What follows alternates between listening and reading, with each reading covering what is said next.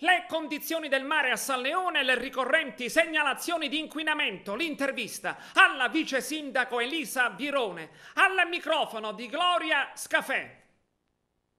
Ci sono delle cose rispetto alle quali i cittadini non hanno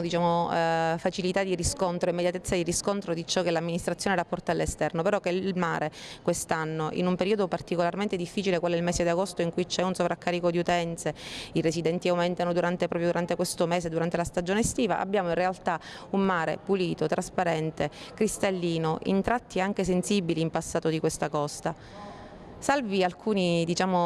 tentativi, secondo me, anche un po' di distorcere il senso di ciò che si riscontra. È un tema che periodicamente viene fatto, non so bene per quale ragione, emergere, che è quello della schiuma che in alcuni tratti del litorale si forma. Abbiamo sempre detto che si tratta di un fenomeno che è legato anche alla decomposizione delle alghe, della Posidonia, che è una nostra tipica alga del Mediterraneo. Però questa mattina ci siamo un po' svegliati col pensiero di fare delle valutazioni anche un po' più tecniche a tale riguardo. Abbiamo preso spunto da una nota dell'ARPA Liguria che, proprio parlando delle Cinque Terre, che come sappiamo sono un mare di particolarissimo pregio,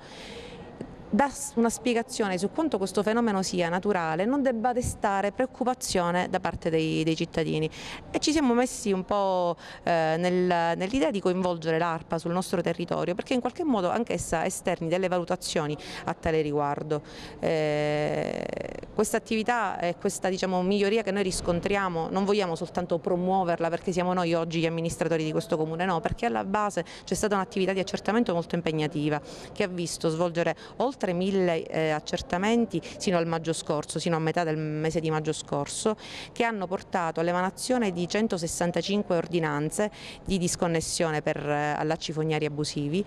e che sono state 100 e passa, delle quali sono state già ottemperate, 65 sono in corso di ottemperanza o per conto direttamente del soggetto privato o per conto dell'amministrazione, ma che hanno cercato di dare una spinta affinché il territorio nel periodo poi estivo non desse riscontro di un mare inquinato. E così non è, ce lo dicono i cittadini, lo vediamo noi, è un periodo in cui tutti andremo al mare o cercheremo di farci qualche giornata di mare, per cui ne potremo avere contezza. Vediamo il fondale, vediamo piccoli banchi di pesci che attraversano il fondale. Purtroppo ci sono anche le meduse che sono attratte, oltre che dalle temperature elevate, anche dall'acqua pulita, per cui cercherei di affrontare i temi nella maniera corretta, e noi cercheremo di darne riscontro anche attraverso gli organi a questo deputati nei prossimissimi giorni.